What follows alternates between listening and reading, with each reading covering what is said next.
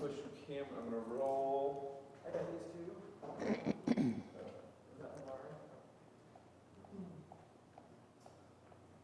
Mom, you're gonna be a movie star, right? Oh, yeah. Once again, feel free to ask me to repeat things, or if you want me to rephrase, or just, if you don't know an answer, just go ahead and say, I don't know. This is great too. So, That makes it official. we're rolling. Okay. Did I sleep too early? Sorry? Did I sleep early? No, you're good. Okay. So Dorothy, you married into the business as well. I did. Yeah. Can you Not talk knowing a what little I bit was about- getting into. What's that? Not knowing what I was getting into. Yeah, please tell us a little bit about what the business was like at that point in your experience joining the family and the business. Well, I had absolutely no idea what Vic did when I married him. So he finished college and went on to Wayne State, and I stayed home, had Con, and then we moved up to just a block away. We didn't even own a car when we got married because he could walk to work. So, but I really had no idea what he did when he went to work. So, And could you tell us about how your husband was as a professional? What kind of I'm sorry, say that again? how he was as a professional, what he brought to his work life. You must have seen him do quite a bit of work, right? I have no idea what you want. Oh, okay. How was Dad at work? How did you see Dad when he worked with families or? Oh, he was very professional. But then again, at night, he'd get his professional look off and he'd go make ice cream at Mill's ice cream store. So he had two sort of personalities. But no, I think he was very good. And a lot of people called him Mr. Dykstra instead of Mr. Kleinheksel.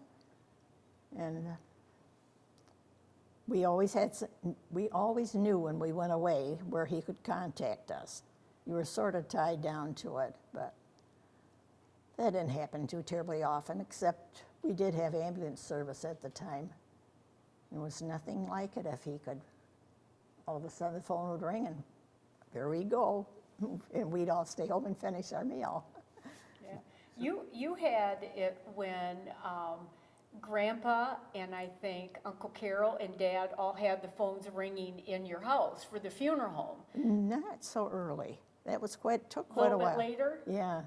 We really weren't as attached to it as, well, not Carol and Ellie lived there on Northwood. So I never lived in that business, but I sure knew what was going on. But they always knew where we were, so in case a call came in, we could jump up and leave.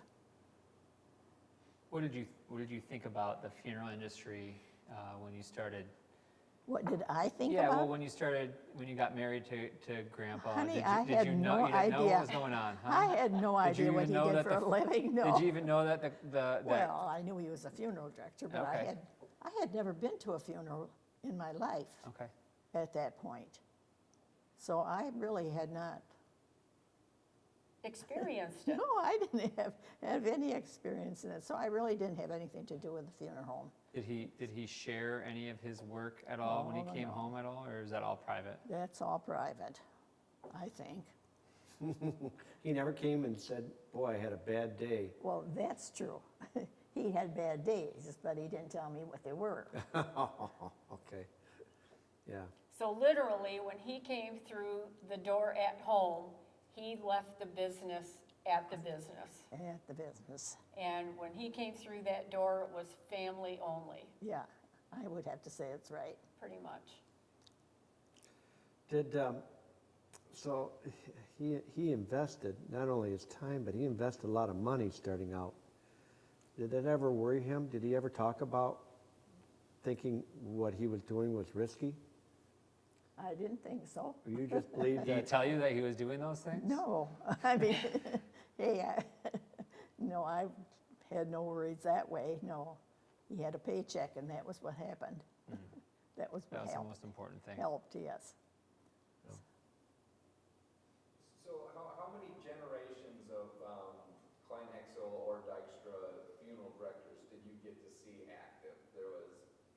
your husband and his father. his father. And anyone before his father? You don't, do Not you remember family. Mr. Dykstra at all? No, Okay, no, I don't remember That was him. The before first you. one I remember that was not family would be Gil. Gil Vanderwater. Gil Vanderwater, who was the coroner. Yep, And then it was strictly family. yeah. I remember when they hired the first person that wasn't family, it was almost a big occasion. We had somebody in that's not family. And that was Rick. Oh, yeah, yeah. That's right. Rick Young is my dad went to school with his father, and they own a funeral home up north. His dad did, but his business wasn't large enough to hire Rick. So Rick worked for us for about 10 years before moving up north. And so Rick was just a good employee of us and has done a good job. Yeah, we miss him. I think so. At Yeah. least I hope so. Yeah. Could you describe your father-in-law, his demeanor, how he was with people, what he may have brought to the, I know you didn't get to see him being a funeral director, but what he might have brought to people who needed his service? Oh, I think he was very compassionate. He could feel their anxiety. But he was just there. I remember, Julius, we're talking about my grandpa, your father-in-law. Yeah. Right? I remember him as being, he had a side, he liked to joke around a little bit, Oh, yeah. but he was also pretty serious too. It was all about work, I'd say. yeah. Well, he never took vacations. I mean, Oh, no. Well, Grandma would occasionally. go to the beach Oh, in yeah. a trailer. I forgot that, yes. Yeah, and She- Grandpa would actually work all day and then come to go to the beach to have a meal with Grandma, but it was really her vacation, not yeah, his Not his, vacation. because he went to work every day. He went to work Yeah. every day until in his 90s. Yeah. Even when he went to the nursing home, he still wore a white shirt and a black tie, didn't he? Oh, yes. They had cover-ups at the, where he lived. Yep, And I said to him, well, how do you feel about wearing that? It's sort of like a bib. Yeah. I said, what do you feel about wearing a cover-up? Oh, he says, keeps your tie clean. Okay, if you're willing, that was good for so me. they would pick him up and take him home from the nursing home every day so he could sit behind his desk. Yeah, that was about what he did. Yeah. And he ended up working downstairs Yeah. at the funeral home until, how old was he? 91, I think. 91. Could be. And he broke his hip, and I think, didn't he break his hip and the doctor said, you can't do stairs anymore? Not that I remember. Could be, but I don't remember that.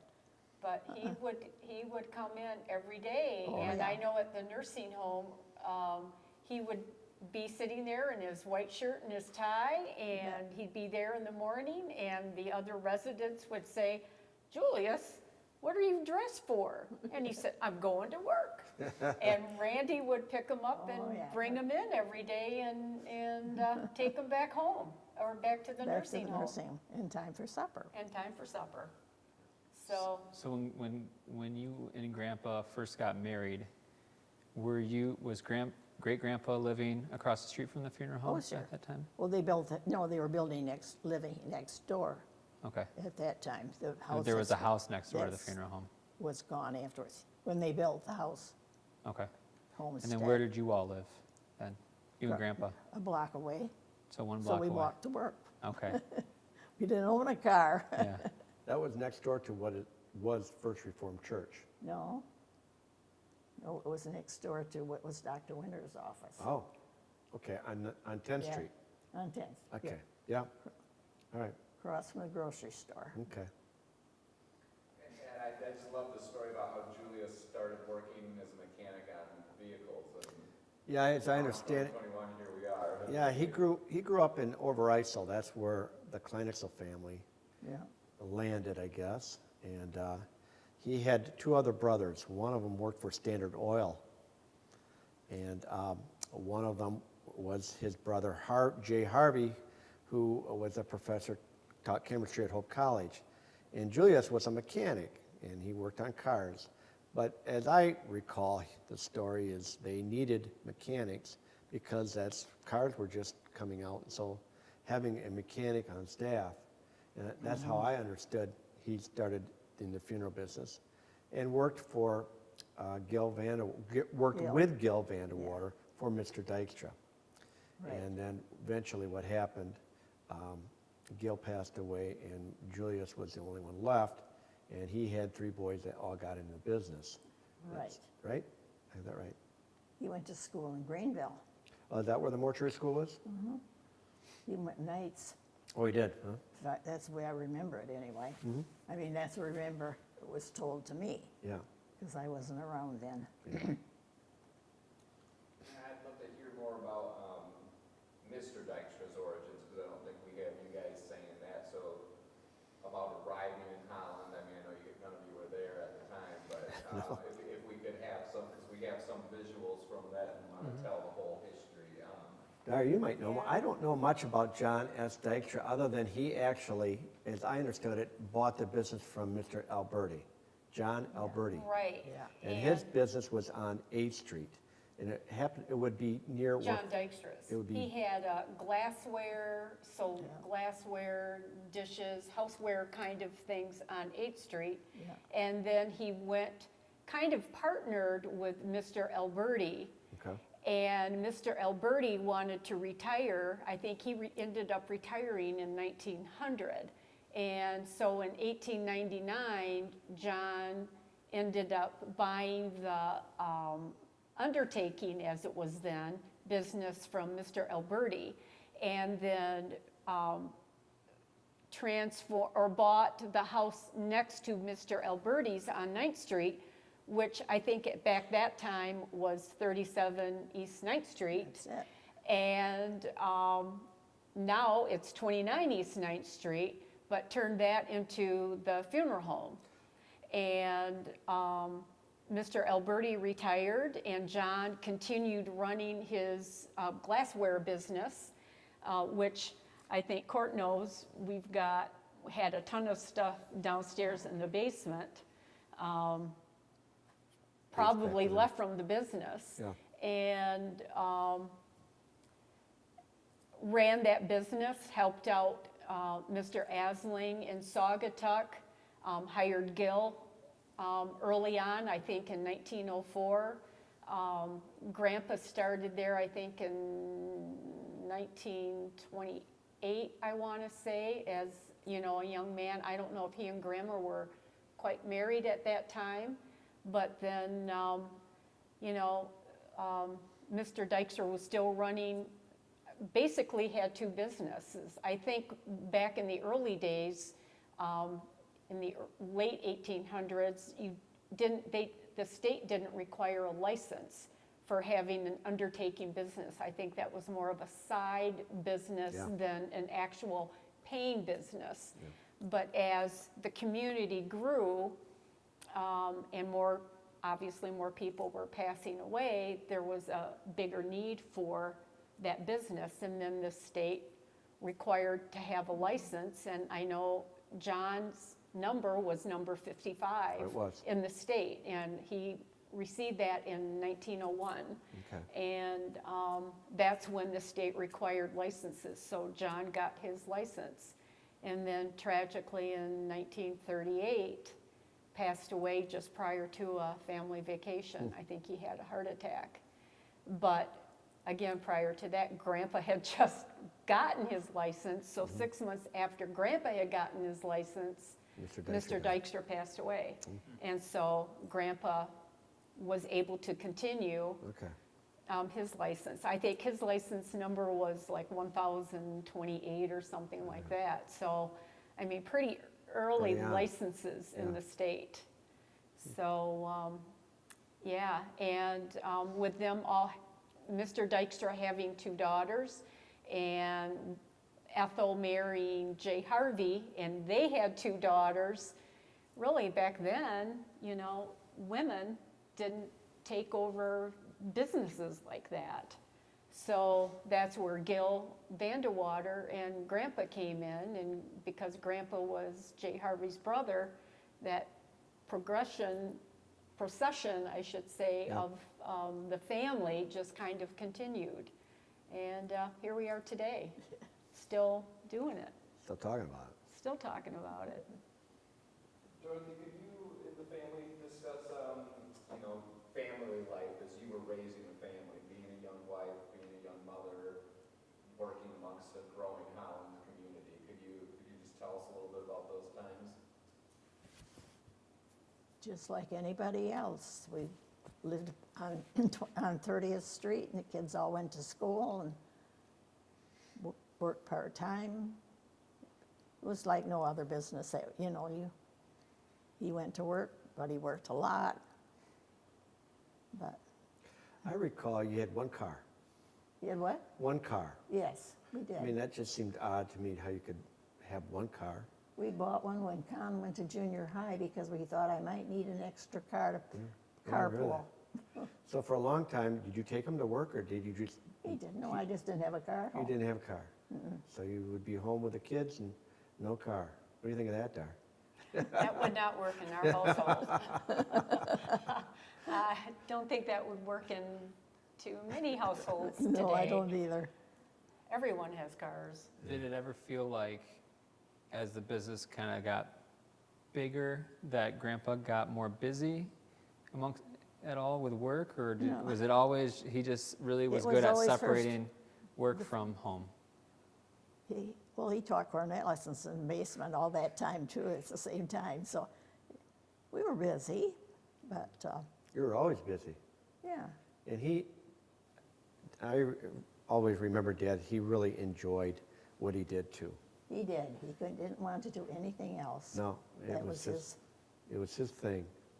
Yeah, He enjoyed it. yeah. He was a people person. I mean, I remember Dad in the tulip time parades Oh, with yeah. the Legion band.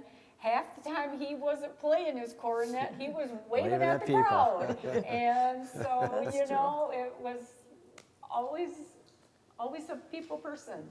Yeah. That's just I kind of could say Dad. so. Yeah. And is everyone in this family, have they always been musicians? Pardon me? Musicians? Has the family all been musicians? I mean, that was a big love of Oh. Grandpa, was playing the cornet, and so was that carried And on through you? the rest of the Well, family? yeah, You played the piano and you sang in the choir. drums and drums, and Con played trumpet, and Julie played clarinet, and So did that start with Grandpa, or was Great Grandpa into music as well, or how no, did that? Grandma played the piano. Okay. And So that would be accompanied Grandpa's Dick when he mom. first played. And then she got replaced by me. I don't know if that ever went over very good. Oh, yeah? Well, She got bumped? how would you feel if you were always playing the piano for him and all of a sudden some other gal came along and thought she could play better than you did? I don't think I did, but Yeah. it was. that She was must- a lot of fun though, Yeah. Serena. She was a lot of fun. She was. She had a good sense of humor. She had to. Yeah, yeah, there's a lot of people coming in and out, not just her own boys, but the people that worked Oh, yeah. for them, students and stuff like that. She Kids upstairs. constantly new people coming and going, and yeah, she was a vital. She also worked for the funeral home. She was Well, she our, played the piano. she for- played the piano, and she also organs. was the a hairdresser hairdresser. for years. Well, let's put that, not quite.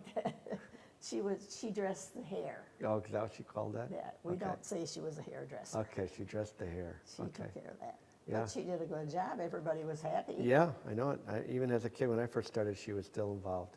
Yeah, Yeah. Yep. Things are different now. it sure is. Yeah.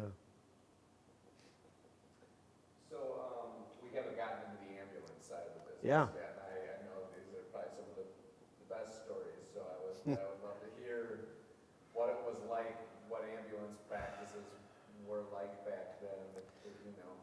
Well, it was a progressive thing. My father would tell me that the ambulance part typically kind of evolved from taking mothers home from the hospital when ladies had babies. Then that was different than getting in a car and going home. you had an ambulance take you home. And that involved, my dad said that we had one of the first lights, emergency lights in Michigan on our car. So even the cars evolved. You didn't necessarily buy an ambulance, you bought a car and converted it into an ambulance. And then later on, as that developed, you bought ambulances designed for that type of thing. And that all evolved, and then as well as the care. So when I first started, they were just getting into EMTs, emergency technicians, and then there were different levels when we were starting to administer drugs. And so that was a big step. But along with that came a liability and expense, and everything was expensive.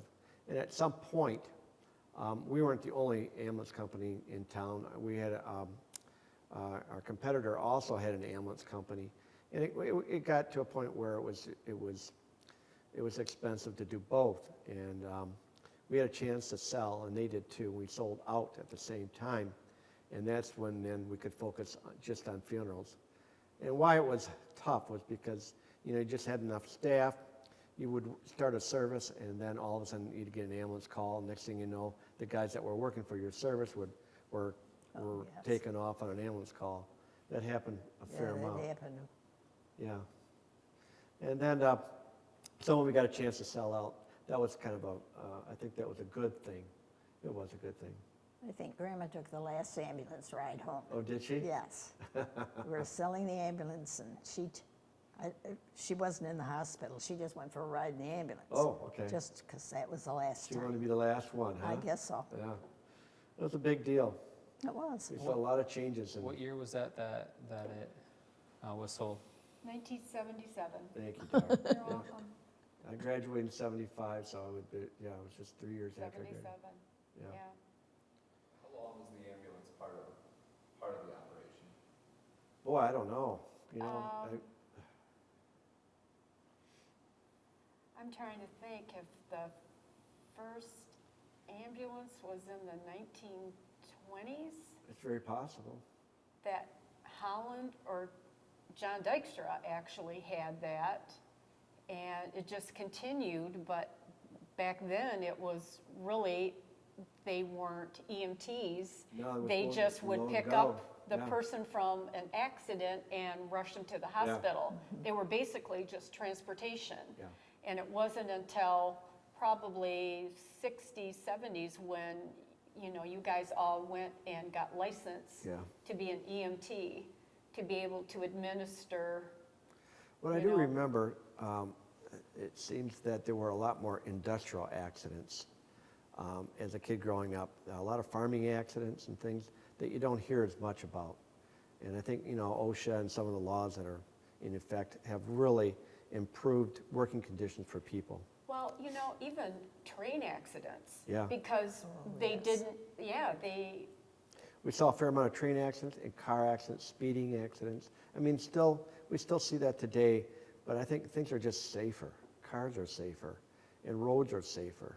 And I don't think you see as much of that as you did years ago. Yeah, it was an exciting time for a young kid. or there's definitely an adrenaline rush to it. Yeah. Because you get that call and it's like you don't know what you're gonna see Yeah. until you get there. Yeah. And sometimes it was pretty bad. Yeah, sometimes it And- was pretty Yeah. rough. And I remember one time, Craig, you got a call from a lady who was in labor. Yeah. Oh, yes. And I don't know if you want to talk about that. I mean, since we just were new grandparents Yeah. this week. Yeah, she was in the middle of, she was actually, I better not talk about this. Is I that, better not talk She about was in active labor. She was. The reason why I have trouble is because she'd recognize it. Every time I see her, she'd get this stupid grin on her face. She knows what I'm thinking, and I know what she's thinking. And I just saw her the other day again, too. is that the one where they gave you the wrong directions and you went to the Windmill Island, No. Windmill Station over here on 32nd, when really you had to be on the north side through us? This one, I remember, No, it She wasn't was that giving birth, one. Yeah, she was. and, thought it was yeah, all the same and one. she was not gonna make it to the hospital. No, she ended up Yep. having the baby in her bathtub. So. Yep. And you were there. Yeah, we were there And more than welcome one. to new life. Yeah, And, it you was- know, it's a little different than working with someone on the other end where they're grieving Yeah. a loss of a Yeah. loved one. You helped someone bring new Yeah. life into the world, so it was a little different. There were several accidents or several calls that I remember, drownings and things like that, that really left an impact on me too. And my dad was always like, be careful. He never wanted me riding motorcycles, and he was always concerned about it. If you're on the pier or something like that, don't do anything dumb. And now I get it. It takes some wisdom to learn some of those things. As a young kid, you take it for granted. But, that big lake is a dangerous place.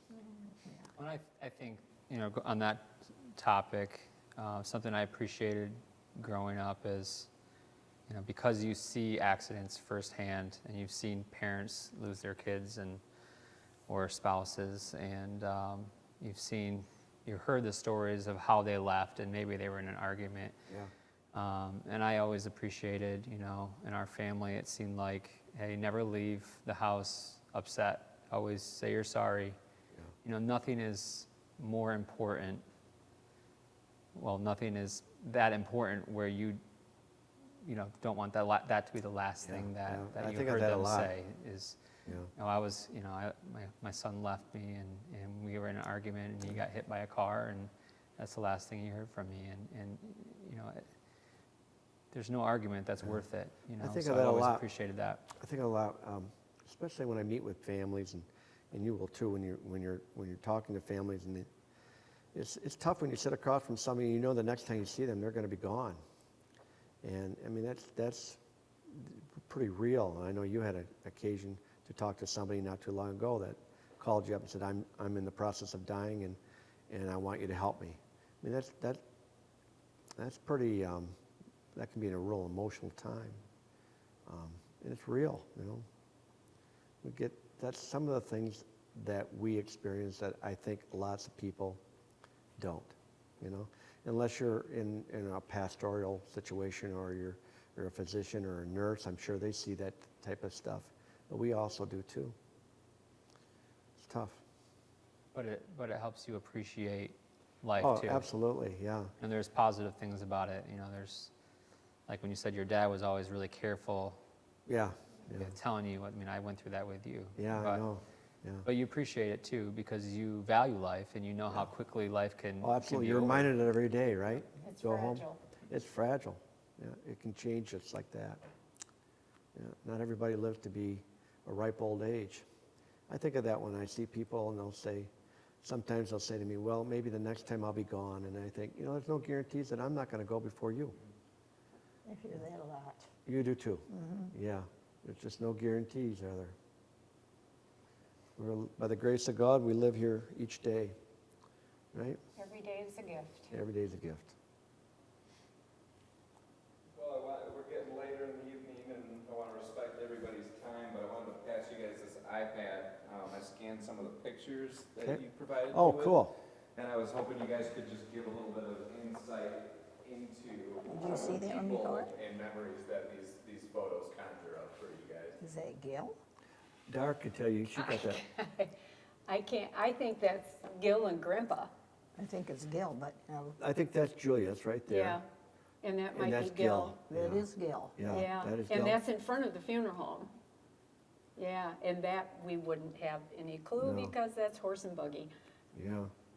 That's Julia's. Picture of the horse and buggy in there. If you guys want to scan to the right, you can see some. If any of these conjure up any. Oh, yeah. That's thoughts and Grandpa. Oh, memories. yeah, That's he always Julius. had his hair parted in the middle. That's Grandpa, That's Julius. yeah.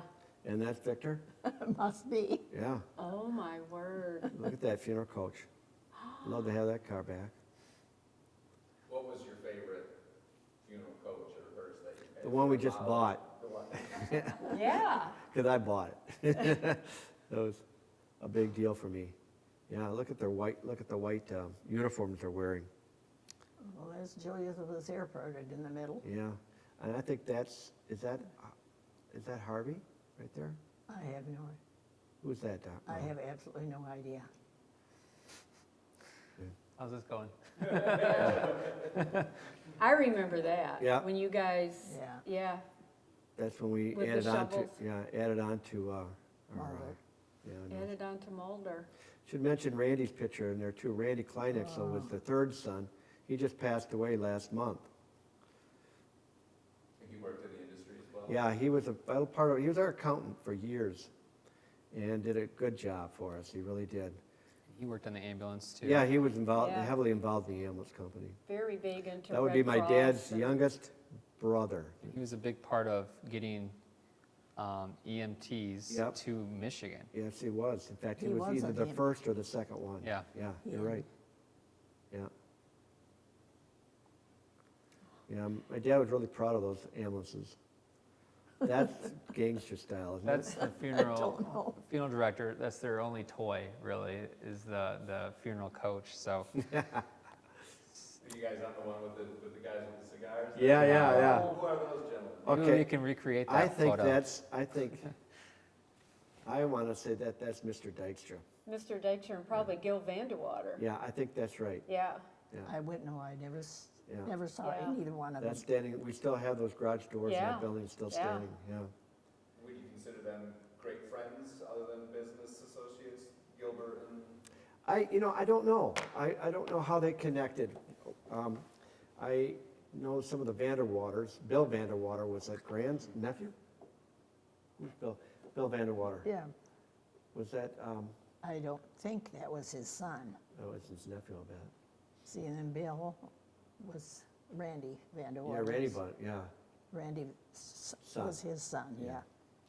So there's a How was connection. The horse and carriage around, like, was it, I mean, I know cars have been around for a long Yeah. time, but was it ever just like in the back of the building or anything? Yeah, we actually, that part of the building was what we call the livery part of it.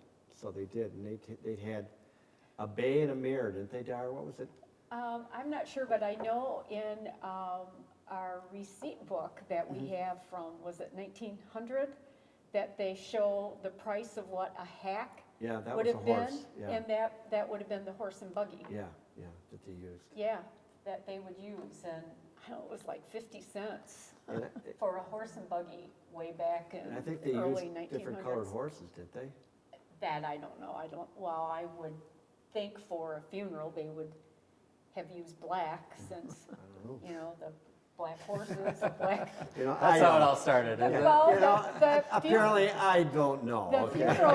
the funeral carriages were black, and typically you would always see a But I black thought horse. I thought leading they it. had a white horse sometimes too. I thought there was some significance. No, I haven't, no. I don't think so. Okay. I Yeah. don't think so. I do know that, the practice of the funeral part evolved. My grandpa would talk about, and my dad would talk about how they would go and they would No, where did that one come load everything in a car. Yeah. And if there was a death, you went to the house. And you did this, now this is something that was evolved, but you would do all the prep work in the house. And the next day you'd come back and you'd bring a casket and place a casket, you do your casketing, and then you would have what was considered a wake in the house.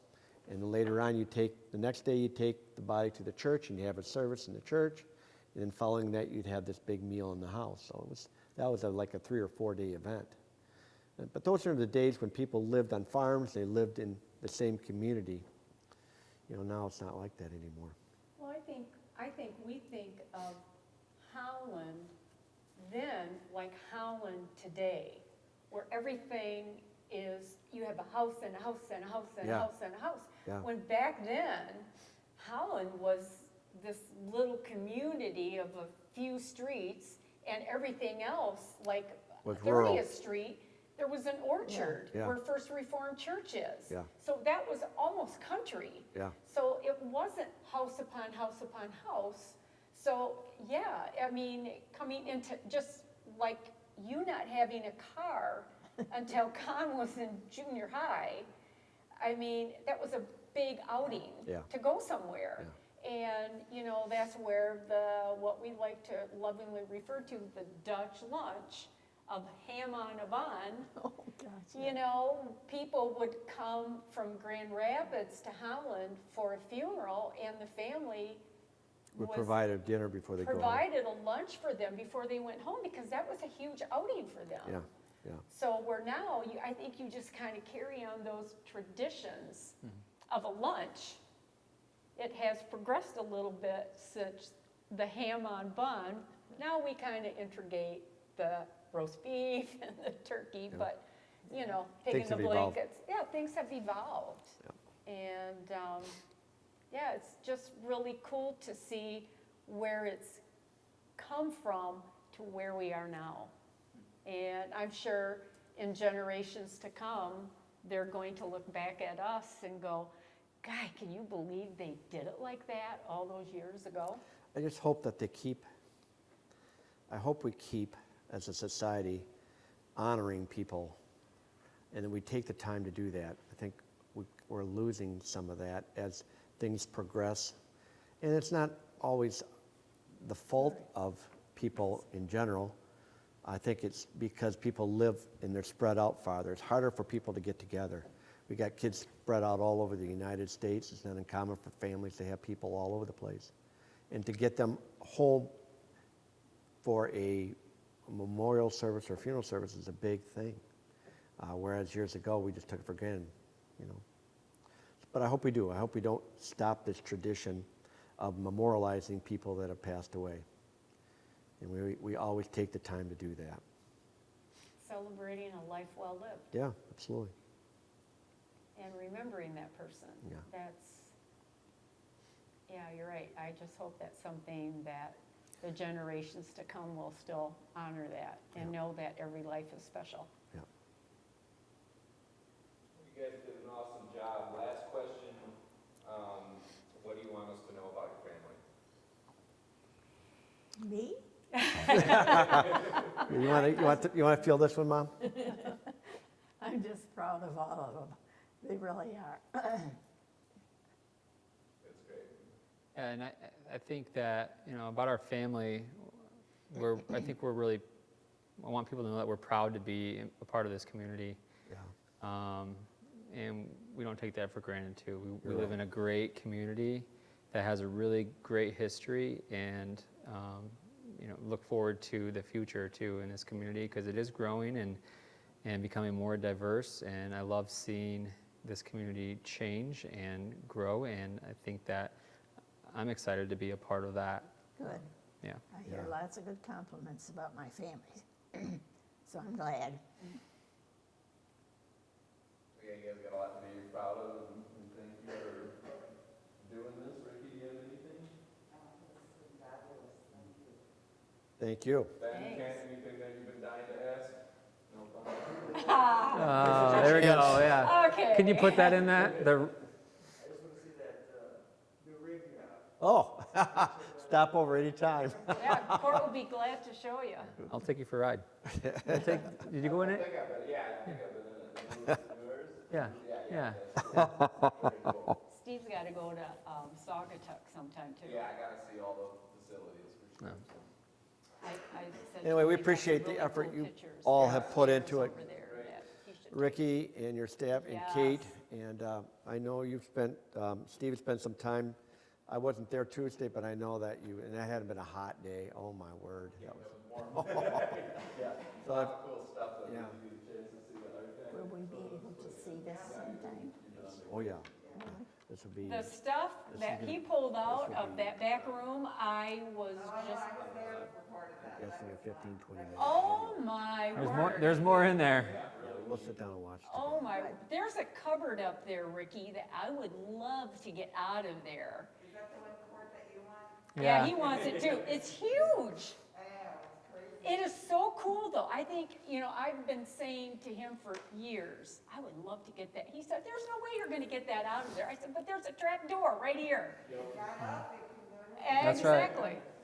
Just get rid of that automatic garage door opener and we'll be good. Thank you. Yes, Everybody. thank you.